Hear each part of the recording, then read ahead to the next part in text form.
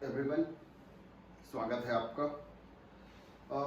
Basically आज मैं आपके सामने इंटरव्यू जो एडमिशन्स के लिए अभी कंडक्ट होंगे रिजल्ट के बाद और हो रहे हैं उसको लेकर के बात करने आया हूँ।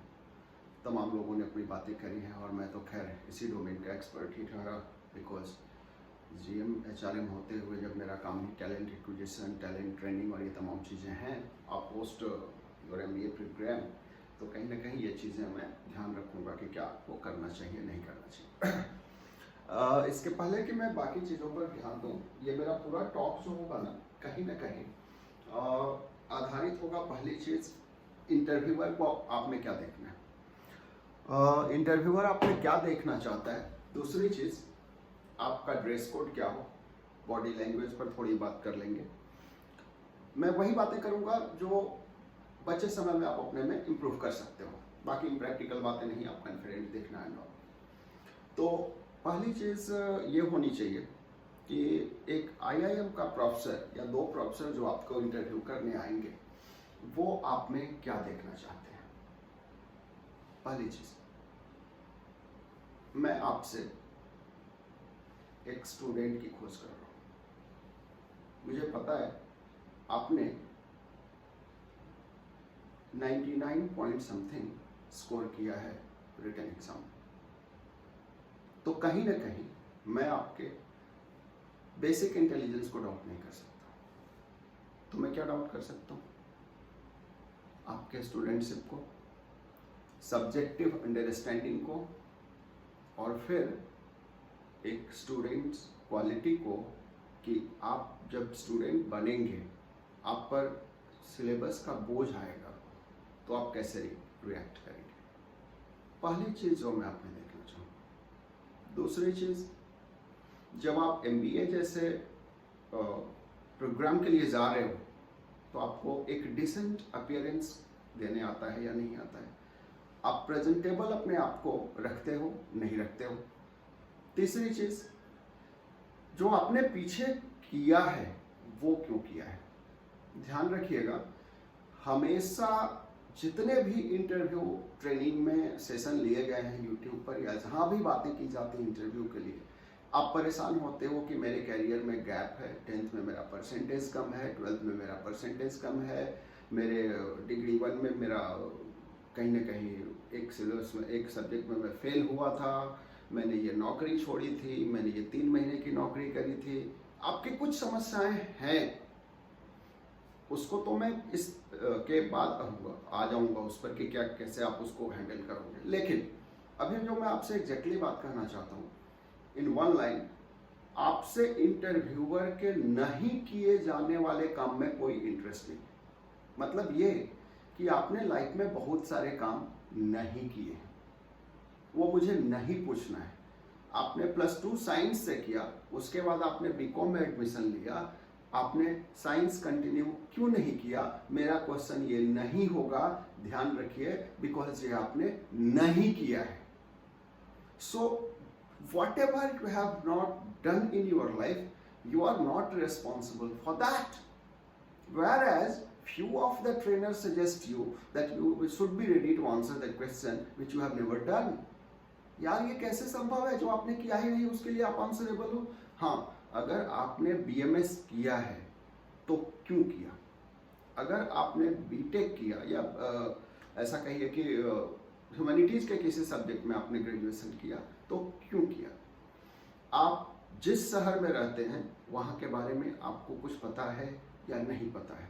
सो कहीं ना कहीं पूरा का पूरा क्वेश्चन फ्रेम जो इंटरव्यूअर करता है वो किसी IIM के प्रोफेसर्स लोग आते हैं, और बड़े सीनियर प्रोफेसर्स नहीं होते, एक सीनियर और एक यंग प्रोफेसर से जो 2-3-4 साल से IIM में पढ़ा रहे हैं, उनका कम्बिनेशन होता है। बिकॉज जो सीनियर प्रोफेसर होते हैं उनको एक स्टूडेंटशिप का बड़ा लंबा अनुभव होता है, और एक या दो जो आते हैं वो नए लोग आते हैं, मतलब जस्ट अभी यूनिवर्सिटी से PhD वगैरह कंप्लीट करके कुछ पढ़ाने का अनुभव है 2-4-10 साल कहीं का, और फिर यूनिवर्सिटी में आकर के IIM में वो पढ़ा रहे हैं, उन लोगों को बुलाया जाता है। उसका रीजन क्या होता है, latest trends of corporate world या फिर latest trend in technology. If you can be technology graduate, तो उन लोगों को इसके लिए बुलाया जाता है कि वो लोग आपके टेक्नोलॉजी नॉलेज को समझ पाएंगे या एटलीस्ट कितना जल्दी आप उसको देख लेते हो। ठीक है, तो यहाँ पर मैं आपको बताऊं कि पहली चीज आप ये जानिए, कभी भी उन क्वेश्चंस को आप तैयार मत कीजिए जो आपने नहीं किया है।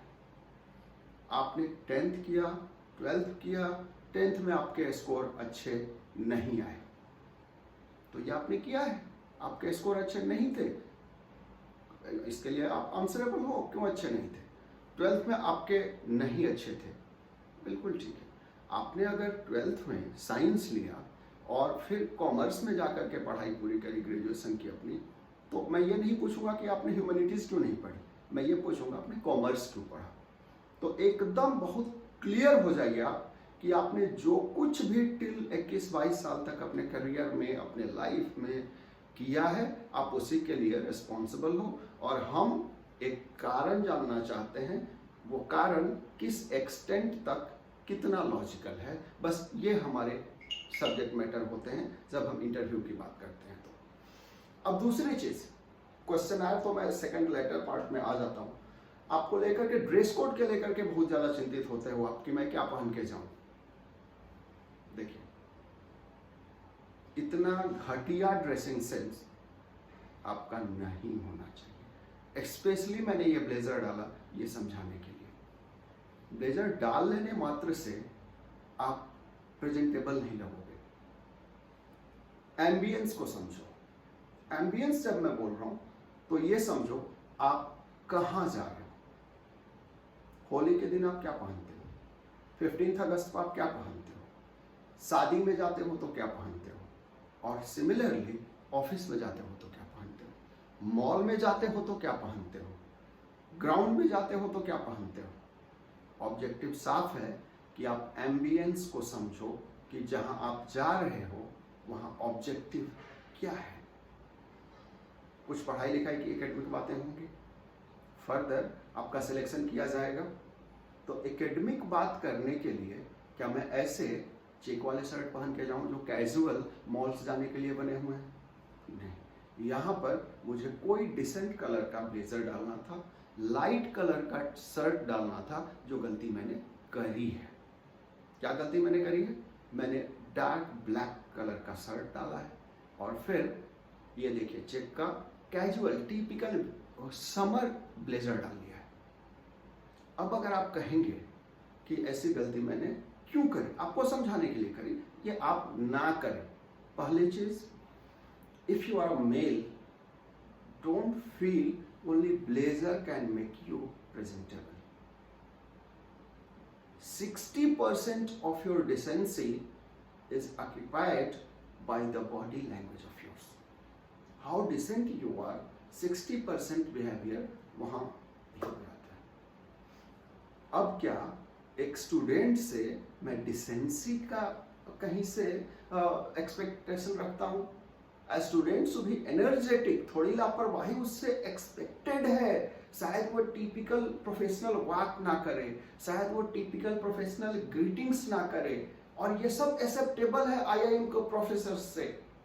मैं आपको बताऊं कि जब भी हम पर्सनली, जब मेरे टैलेंट एक्विजिशन मैनेजर्स जाते हैं तो मैं उनको ये बता के भेजता हूं कि क्या आपको देखना है। इसी तरह से जब एक आईआईएम आपके इंटरव्यू कर रहा है, अपने यहाँ स्टूडेंट चाहिए उसको, उसके पास नंबर ऑफ ऑप्शंस हैं, उसमें से वो कुछ डिसेंट ऑप्शंस को लेना चाहता है।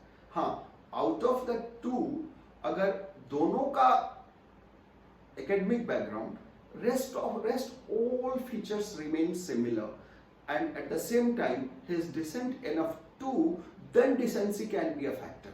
But that is not the only factor or premier factor of your selection, because I believe a student should be energetic, not a typical programmed robot. आपको बैठने का ढंग होना चाहिए, आपको बात करने का ढंग होना चाहिए, because you are a graduate and university has honored you. It is called honors. Degree program also called honors. So an university has honored your scholarly approach, scholarship. That is what honor. You have been rewarded as degree. तो उस degree की लाज क्या है आपके पास? लाज यही है कि वो पर्सनालिटी है सर्टेन, दोज फीचर्स कहीं पर आपसे जब मिला जाता है, बात किया जाता है, तो आपके साथ टाइम स्पेंड करने का मन होता है। और जब टाइम स्पेंड करने का मन किसी को भी आपके साथ तब होगा जब आपकी बातों में उसको कुछ नयापन मिलेगा, आपसे बात करके उसको अच्छा लगेगा। और बात करके उसको कब अच्छा लगेगा? जब उसके खुद के नॉलेज में या खुद के इसमें आप ऐसा कहो कि एक्सपोजर में थोड़ा और कुछ वैल्यू एडिशन हो। Even professors look after that कि क्या जो है स्टूडेंट आया, उससे बातचीत के दौरान हमें कुछ ऐसा पता चला जो हम नहीं जानते थे पहले से। वाह, तब तो लड़का अच्छा है यार, हम इतना कुछ करके भी नहीं जानते हैं, ये जानता है। That give you an edge. Dress code के बारे में आपको मैं बता दूं, if you are a male, a formal pant, dark black colour, navy blue और ग्रे विल वॉक। ये 3 कलर में से कोई एक सेलेक्ट कर लीजिए, ब्लैक, डार्क ब्लू और grey. Shirt, if wearing gray trouser, go for white shirt. If wearing black, go for lightish blue shirt. And if you are wearing blue pant, go for little gray shirts. Off-white or so, off-white is little off-bit, you can go for gray shirts. Because according to fashion management, what happens? Gray with a combination of white is a psychological reflection of your maturity. Navy blue with a gray shade is a reflection of your gravity. That is sound depth of knowledge. At the same time, black with light blue is a reflection of official etiquette and a psychology of quite determined and depth personal choices. That is what is the reflection. Avoid maroon, avoid other colors. I don't mind if you wear maroon, but justify it, because maroon is a color of passion, maroon is a color of high energy. And if you are wearing maroon and your body language is like, yes sir, ji sir, so you are not justifying the color you are wearing. That's what the concern I'm not talking about. Because क्या होता है कि कई बार interview pressure में आप ये भूल जाते हो कि हाँ भाई जितना इंटरव्यू में मुझे बात करनी है वो आप नहीं कर पाते हो, और इसका आउटकम इतना बड़ा होने वाला होता है कि आप जरूर भूल जाओगे कि मुझे कैसे परफॉर्म करना है। तो एक स्ट्रेस लेवल होगा और आप जितने भी एनर्जेटिक हो, थोड़ी एनर्जी डाउन होगी। मैं नहीं कहता इस तरह की बातें कि आप कॉन्फिडेंट दिखना, और आता हूँ बाद में उसके भी रीजन सुनिएगा, लेकिन एटलीस्ट अंडर प्रेशर आप कहीं ना कहीं अपने आप को थोड़ा, आपका जो एनर्जी लेवल है वो डाउन तो हो ही जाएगा जैसे ही आपको सामने प्रोफेसर्स दिखेगा या प्रोफेसर्स दिखेंगे इस पर। तो आप ऐसे कलर कंपोजिशन साथ में लो। If you are a girl, what's you should wear. अगर आप फॉर्मल्स ट्राउजर वगैरह पहनते हो तो ये सारे कलर कॉम्बिनेशन आपको भी काम करेंगे। But if you are going for one piece even, I don't mind, because one piece is a decent dress. At the same time, if you are going with any other choice, say you are going with salwar kurta, which is believed to be one of the most professional dresses in corporate as well, तो सलवार कुर्ता में भी आप जा रहे हो तो आप ऐसे कोई ड्रेस सेलेक्ट करो जो लाइटिश कलर के हो। लाइट कलर इसलिए नहीं है कि आपकी पर्सनालिटी में ब्राइटनेस नहीं है, दैट विल बी रिफ्लेक्टेड, लेकिन सिंस इंटरव्यू के प्रेशर में अगर आप कोई भी लिटरली ब्राइट कलर पहन लोगे और उसको जस्टिफाई नहीं कर पाओगे अपने बॉडी लैंग्वेज से, तो वो प्रॉपर मिसमैच दिखेगा कलर वर्सेस एनर्जी का। बिकॉज अगर आप पैरेट ग्रीन पहनते हो, आप डार्क ब्लैक पहनते हो, this all colour will reflect. अब जैसे डार्क ब्लैक आपने पहन लिया, सो क्या होगा, सपोज आप आपका पर्सनल स्किन कलर जो भी हो, स्किन टोन के अकॉर्डिंगली भी शायद कलर आप डिसाइड कर लेना, लेकिन कुछ कलर जो मैं बता रहा हूँ जो कॉमन होते हैं वही कलर मैं आपको बता रहा हूँ। फैशन डिजाइनिंग के या फैशन स्टाइलिस्ट जो सजेशन देते हैं मुझे कपड़े पहनने के लिए, कहीं ना कहीं वो सारे नॉलेज मेरे जो एक्सपोजर है पिछले 20 सालों के, वो मैं आपको बता रहा हूँ। तो यहाँ पर आप टाई की बात करते हो कभी कभी कि टाई पहनो कि नहीं, अवॉइड करना, बिकॉज रूटीन लाइफ में आप टाई पहनते नहीं हो और वहां पर पहन के आप बार बार ऐसे करते रहोगे, that is not justified. Anyway, even professor does not wear tie who comes to interview, वो कोई मुद्दा नहीं है कि आप टाई पहनते हो। हम सभी जानते हैं कि आफ्टर 2 years प्रोग्राम, जब ग्रूमिंग के सेशन होंगे कॉलेज में, कम्युनिकेशन के सेशन होंगे, आप बहुत अच्छे से सज धज जाओ और वो खोलो, ठीक है भाई, और बहुत नॉर्मल टी शर्ट में रहो, and if you start speaking and your eyes speak, then it makes your presence. आप ऐसे समझो, अगर स्मार्टनेस की बात होती ना तो ऋतिक रोशन के टाइम में एक हीरो था, अरमान बावजा या कौन, if I don't recall, he was equally smart then that of Hrithik Roshan. Harman Baweja और समवन वाज देयर. एक मूवी शायद उसके प्रियंका चोपड़ा के साथ आई थी. तो he was equally smart. But जब वो मुंह खोलता है ना, तो डायलॉग डिलीवरी की बातें जब आती हैं, कहीं ना कहीं उसके डायलॉग में वो इम्पैक्ट नहीं होता. दूसरी तरफ जरा नोटिस करना, शाहरुख को देखो, अमिताभ को देखो. I am not at all a fan of Shahrukh और अमिताभ और एनीबॉडी, बट उनके मैनेजमेंट क्वालिटीज जो, उनकी पर्सनालिटी फीचर्स जो देखे जाने चाहिए, मैं उनकी बात कर रहा हूँ. शाहरुख को देखना, बिन बोले बहुत कुछ बोल जाता है. अमिताभ की देखो, आंखें बोलती हैं. बंदे को अगर पूरे एक मूवी में केवल आंखों से कम्युनिकेट करने का होना, कर लेगा. और बताइए क्यों? बाप लिटरेचर वर्कर थे, लिटरेचर का अच्छा आवाज है, उसको पता है कि शब्दों का मतलब क्या होता है, विच वर्ड मीन्स व्हाट, उसके लिए वो बड़ा मायने रखता है. वही चीज आप किसी और से कराओगे, वो इम्पैक्ट नहीं आएगा. तो मैं एक्टिंग से ज्यादा स्टेटमेंट की बात कर रहा हूँ. तो आप जिस बॉडी लैंग्वेज को कैरी करोगे, जिस ग्रेविटी और जिस डेप्थ के साथ कैरी करोगे ना, आंखों से अगर कम्युनिकेट कर सकते हो, तो आपका ड्रेस कहीं मैटर नहीं करता.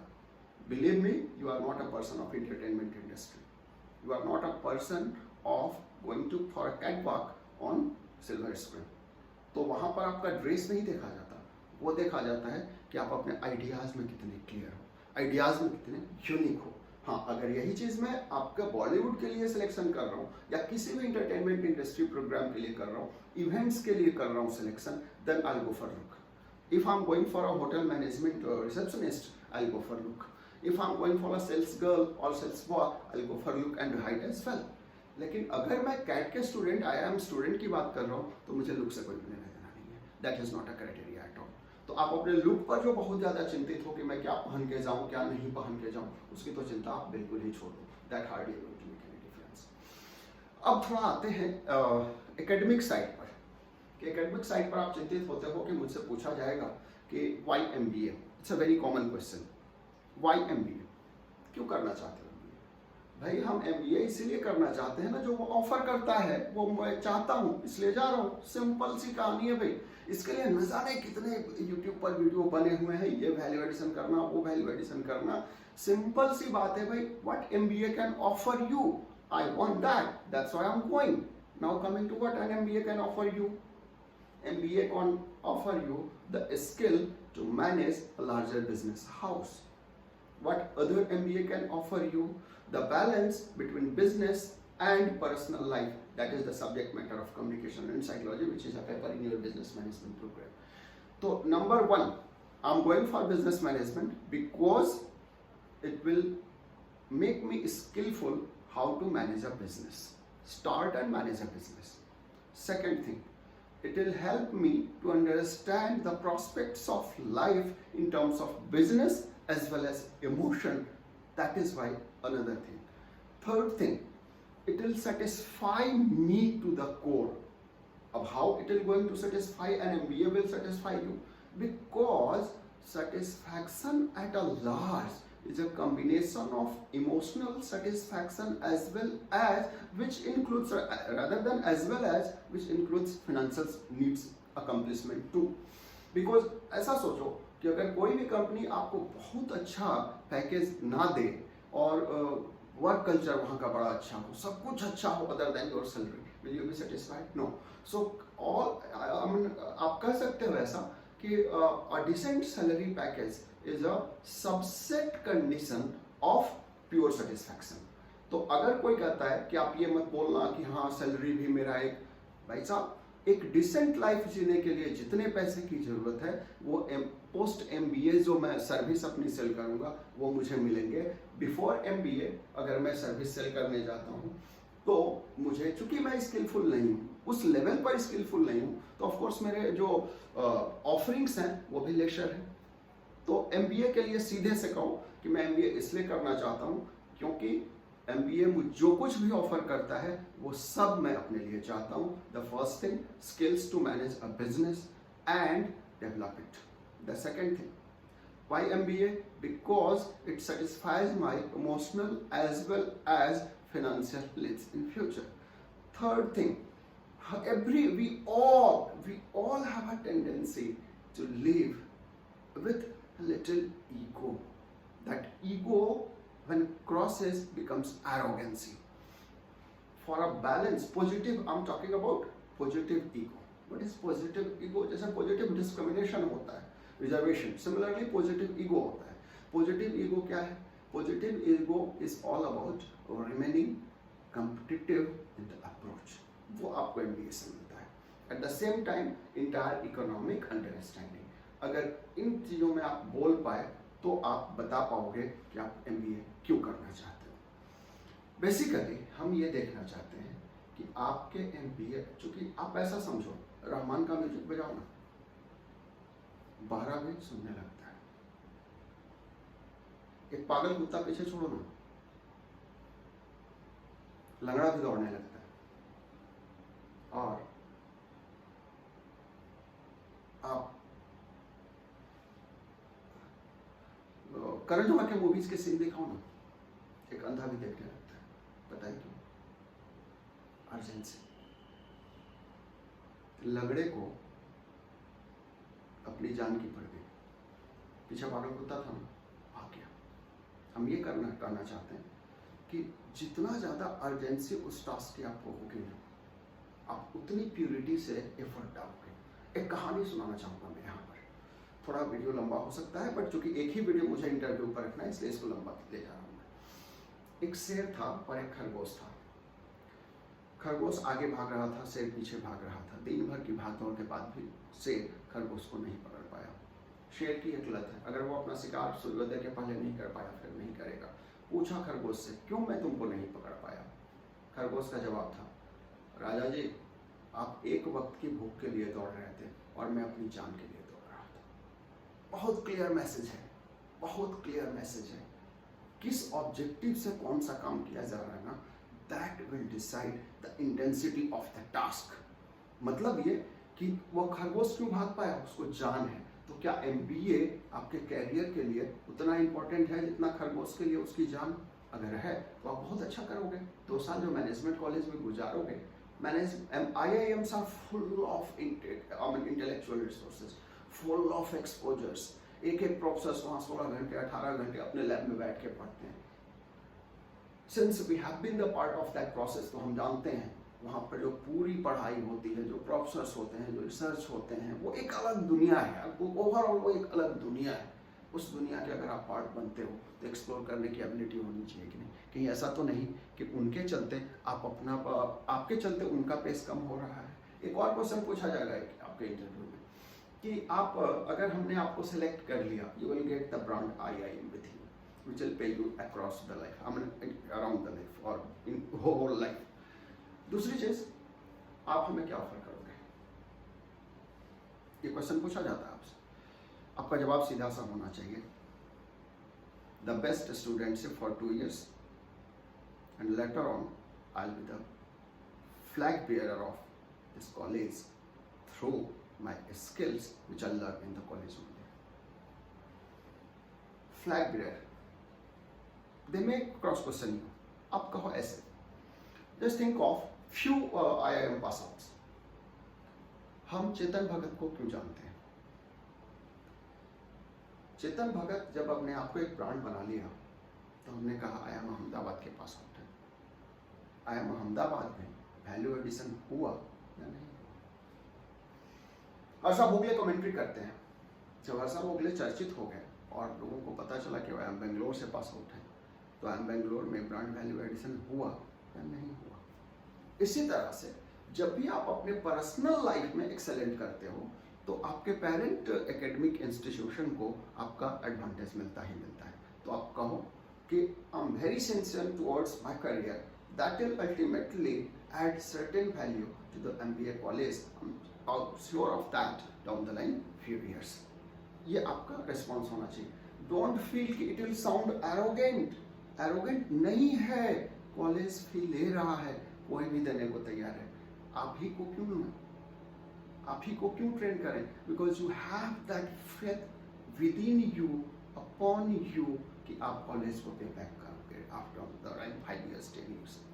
ये मतलब होता है कि आप उसके ब्रांड वैल्यू को ऐड करोगे, because the identity of a college is the alumni they produce.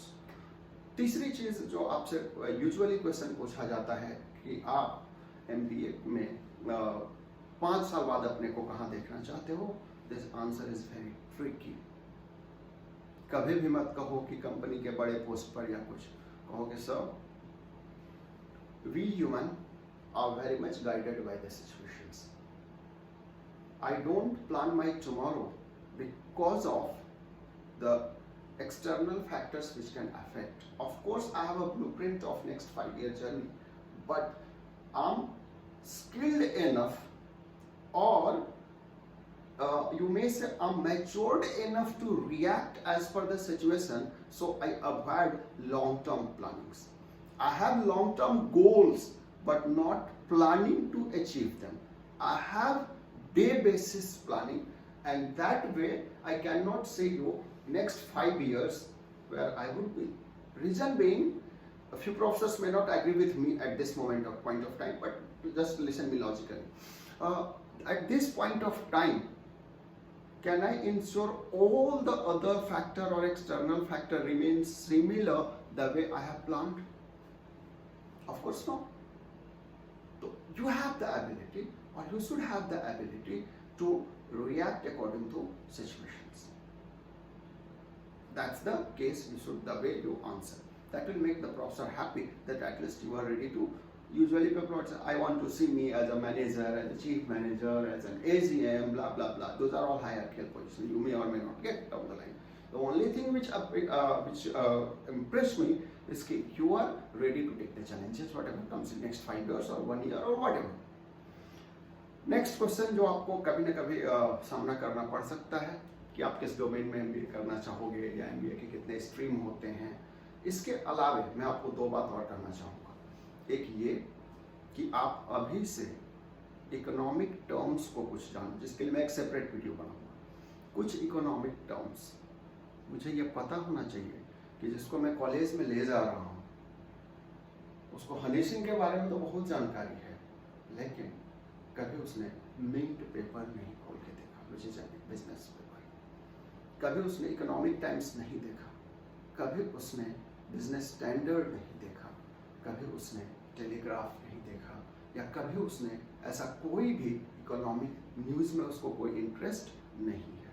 तो वो कभी कभी आपको देखना चाहेंगे एसे पर और rest of the economic terms पर।